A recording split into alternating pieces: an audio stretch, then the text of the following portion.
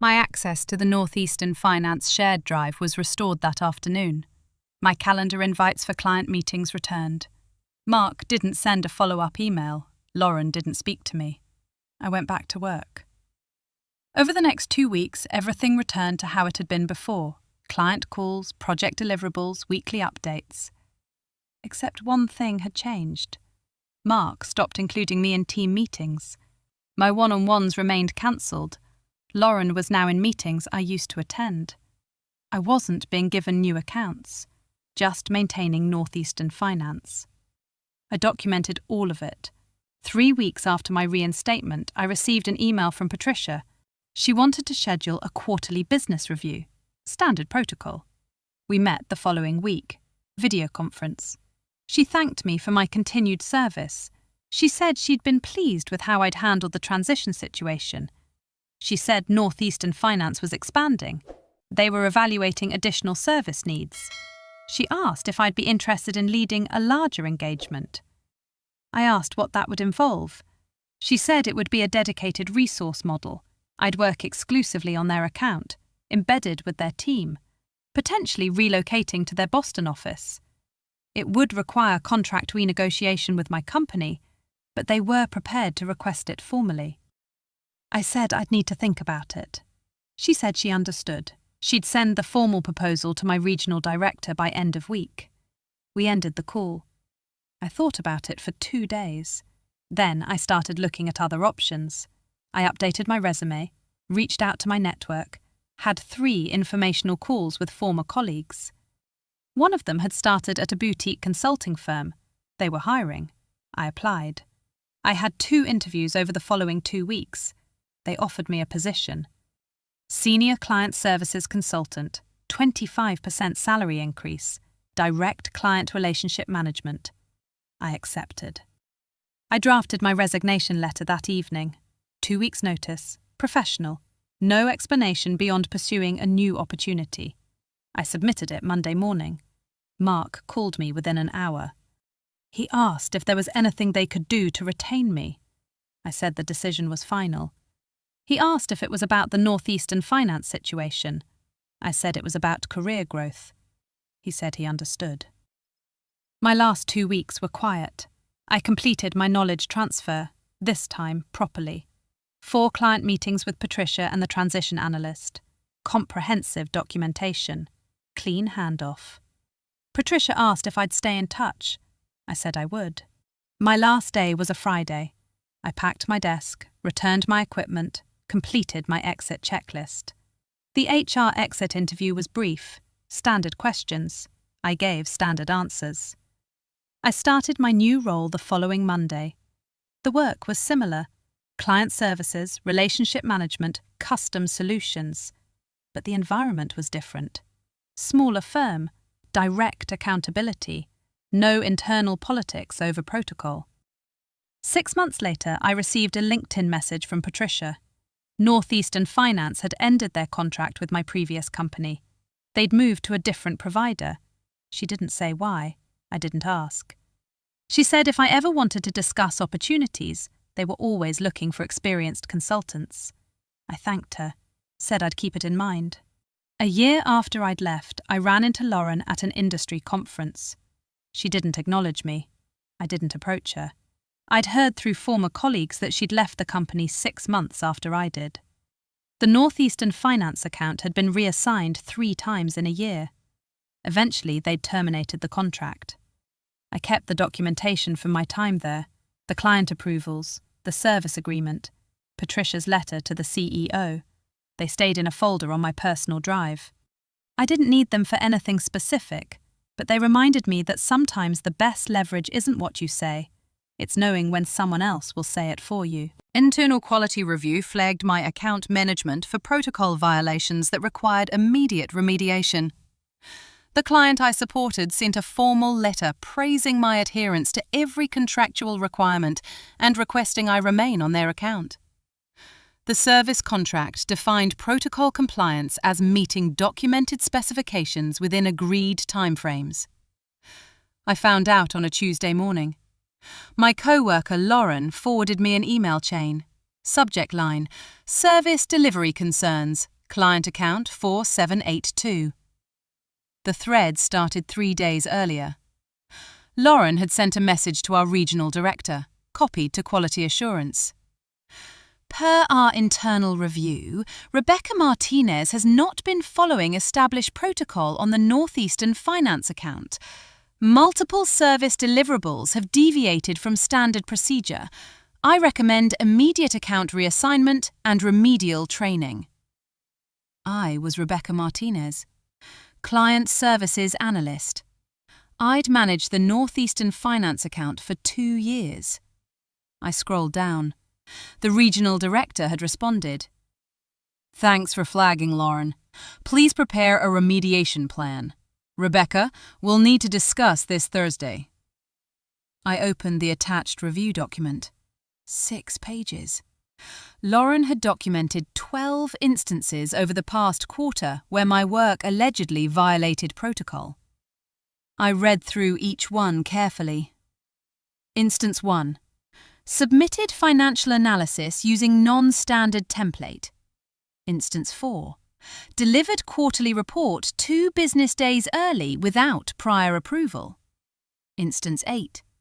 Conducted client training session without following scripted presentation format. I checked my files. Every instance she'd cited, I had documentation. The non-standard template was requested specifically by the client. I had the email. The early report delivery was negotiated with the client to accommodate their board meeting schedule. I had meeting notes. The training session format was modified based on the client's learning preferences. I had their written request. Every single violation had been done at the client's explicit request or with their advance approval. I didn't respond to the email thread. I opened my contract management system instead. I pulled up the service agreement for Northeastern Finance, dated 3 years prior. 68 pages. I navigated to Section 9, Service Delivery Standards. Provider shall deliver services in accordance with client's documented requirements and agreed specifications. Any modifications to standard procedures must be approved in writing by client's authorized representative. I'd followed that exactly. I had every approval, every written request, every modification confirmation. I compiled them into a single folder. 23 documents total. Then I noticed something at the bottom of Lauren's email. She'd copied someone I didn't recognize. James Witherspoon at Northeastern Finance. I looked him up in our CRM. He was listed as the Audit Compliance Officer. Not my usual contact. My usual contact was Patricia Chen, Vice President of Operations, the person who'd signed every approval I had. I opened a new email to Patricia. Then I stopped. I closed the draft. I didn't send anything. I saved my documentation folder and waited. That afternoon, I received a calendar invitation. Subject: Account Review, Northeastern Finance. Attendees: Regional Director Mark Stevens. Lauren, Quality Assurance Manager. Me. Thursday at 10 a.m. I accepted without comment. Wednesday passed normally. I worked through my task list, responded to client emails, updated project trackers. Lauren didn't speak to me. She sat 3 desks away. I saw her reviewing documents, making notes. I kept working. Thursday morning arrived. At 9:55 I joined the video conference. Mark was already there. So was Lauren. The QA manager, David, joined 2 minutes later. Mark started. He said they'd been reviewing service delivery on the Northeastern Finance account. He said there were concerns about protocol adherence. He said Lauren had identified multiple deviations from standard procedure. He asked if I wanted to respond. I said I'd followed all contractual requirements and client-approved processes. Lauren spoke next. She walked through her findings. the non-standard template, the early delivery, the modified training format. She said each one represented a failure to follow company protocol. She said the client relationship was at risk. I stayed quiet. David asked if I had documentation of client approval for these modifications. I said I did. He asked if I could provide it. I said I could send it within the hour. Mark said they'd review it and follow up. The meeting ended at 10:32. I compiled my documentation folder, organised it chronologically, added a cover sheet listing each instance from Lauren's review with the corresponding approval document. I sent it to David at 11:15. Copied Mark. I didn't copy Lauren. I received an automated read receipt from David at 11:47. No response. I kept working. Friday came and went. No follow-up, no acknowledgement. The following Monday I noticed a change. My weekly one-on-one with Mark was cancelled. No explanation, just declined in my calendar. I didn't ask why. Tuesday morning I received an email from Mark, subject, Account Transition Plan. Body text, Rebecca, following our review of the Northeastern Finance account, we've decided to implement a transition. Lauren will be taking over as primary analyst, effective next month. Please begin knowledge transfer documentation. We'll discuss your reassignment to other accounts separately. Mark. I read it twice. Then I opened our client management database. I pulled up the account transition protocol, section 4.3, Client Notification Requirements. Any change in primary account personnel must be communicated to the client's designated account owner within 5 business days of internal approval. Client has the right to approve or object to personnel changes per Section 12 of the Master Service Agreement. I opened the Northeastern Finance Master Agreement, Section 12, Account Management. Client reserves the right to approve all personnel assigned to this account. Provider shall not reassign primary account personnel without client's written consent. If client objects to proposed personnel changes, provider shall maintain existing assignments or propose alternatives acceptable to client. I'd been the primary analyst for 2 years. Patricia had specifically requested me during the annual service review 6 months ago. I had the email. I saved everything. I didn't respond to Mark's email. I started the knowledge transfer documentation, created a comprehensive overview of the account, client preferences, service modifications, communication protocols, ongoing projects. I worked on it for 3 days. On Thursday, I received another email from Mark, subject, Transition Timeline Update. Rebecca, please accelerate the knowledge transfer. We need Lauren fully transitioned by week's end. Client notification will go out Friday. I noted the date. Friday was 4 days away. I continued documenting. Friday morning at 9 a.m, I saw the email go out. From Mark to James Witherspoon at Northeastern Finance. Subject, Account Team Update. James, as part of our ongoing service optimization, we're transitioning account management for your engagement. Lauren Wilson will be taking over as your primary analyst, effective Monday. Rebecca Martinez will be reassigned to other accounts. Lauren brings extensive experience and will ensure continuity of service. We're confident this change will enhance our delivery quality. Please let me know if you have any questions. Best, Mark Stevens, Regional Director. I read it carefully. He'd sent it to James, not to Patricia. James was compliance. Patricia was operations. Patricia was the account owner. Patricia was the designated contact in the service agreement. I still didn't send anything. I finished my knowledge transfer documentation, sent it to Lauren at 2 p.m. She didn't acknowledge it. I worked through the rest of Friday normally. Monday morning, I arrived at my desk at 8:30. At 9:15, my phone rang. External number. I answered. Rebecca, it's Patricia Chen from Northeastern Finance. I said hello. She said she'd just seen an email about an account transition. She said it was the first she'd heard of it. She said she was confused. She'd had no issues with my service. In fact, she'd been planning to request expanded services. She asked what was going on. I said my company had decided to reassign me to other accounts. She asked why. I said there had been internal concerns about protocol compliance. She was quiet for a moment. Then she said that didn't make sense. I'd exceeded every service requirement.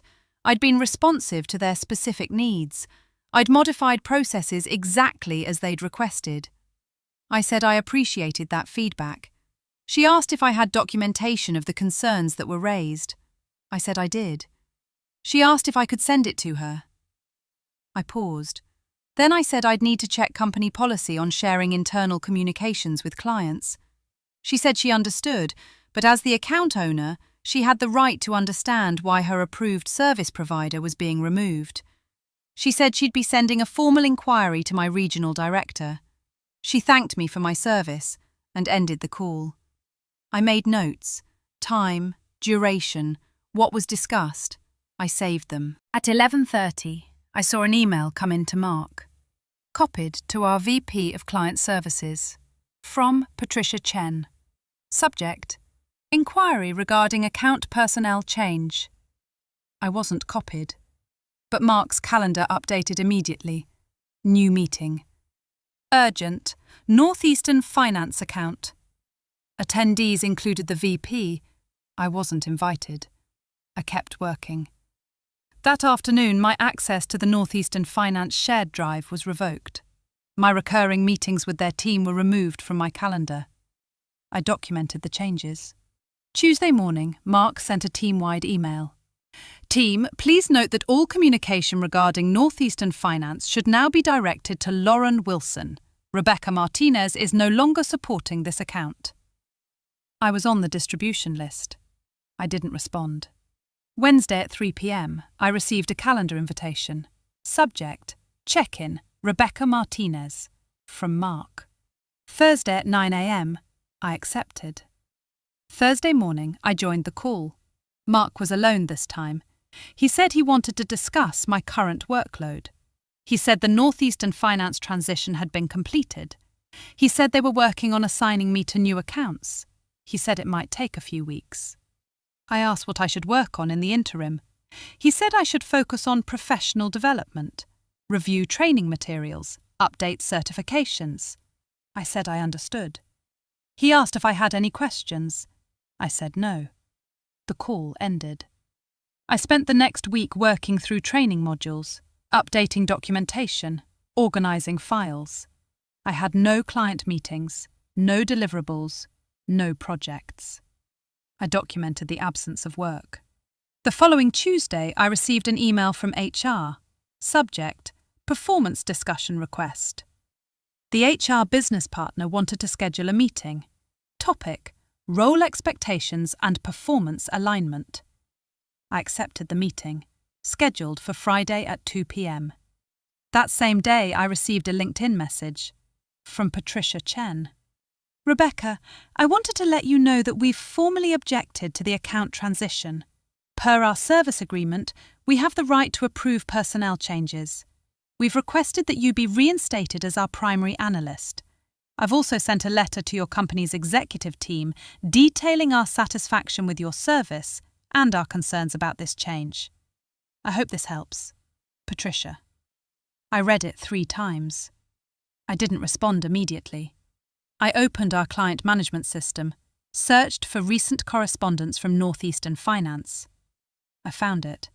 A formal letter dated 2 days ago, addressed to our CEO, copied to the VP of Client Services and the Regional Director. The letter was 3 pages. It outlined the service history, Patricia's specific requests for customised processes, my consistent delivery of those modifications, the approvals she'd provided. It noted that the transition notification had been sent to the wrong contact. James Witherspoon was not the account owner. It cited Section 12 of the Master Service Agreement. It stated that Northeastern Finance objected to the personnel change and requested my immediate reinstatement. It noted that if the change proceeded without their consent, they would consider it a material breach of contract and would evaluate alternative service providers. The account was worth $1.3 million annually. I saved the letter. Friday afternoon arrived. The HR meeting was at 2 p.m. I joined the call. The HR business partner was named Michelle. Mark was also on the call. Michelle started. She said they wanted to discuss my recent performance and role fit. She said there had been concerns about my ability to follow standard protocols. She said they were exploring whether my current role was the right fit. I asked if this was a performance improvement plan. She said not yet. This was an exploratory conversation. Mark spoke. He said my work on Northeastern finance had raised questions. He said while I delivered results, the approach hadn't aligned with company standards. I asked which standards specifically. He said the deviations Lauren had documented. I said those were client-approved modifications per the service agreement. He said the client had been confused about the transition. I said the client had sent a formal objection per their contractual rights. Michelle cut in. She said they'd review the situation and follow up next week. The meeting ended. I made notes. Monday morning, I received an email from the VP of Client Services. Subject: Account Status Update. Team, following discussions with Northeastern Finance, we've agreed to maintain current account assignments. Rebecca Martinez will continue as primary analyst. We appreciate the client's feedback and remain committed to delivering excellent service. Best, Thomas. I was copied. So was Mark. So was Lauren. No other explanation.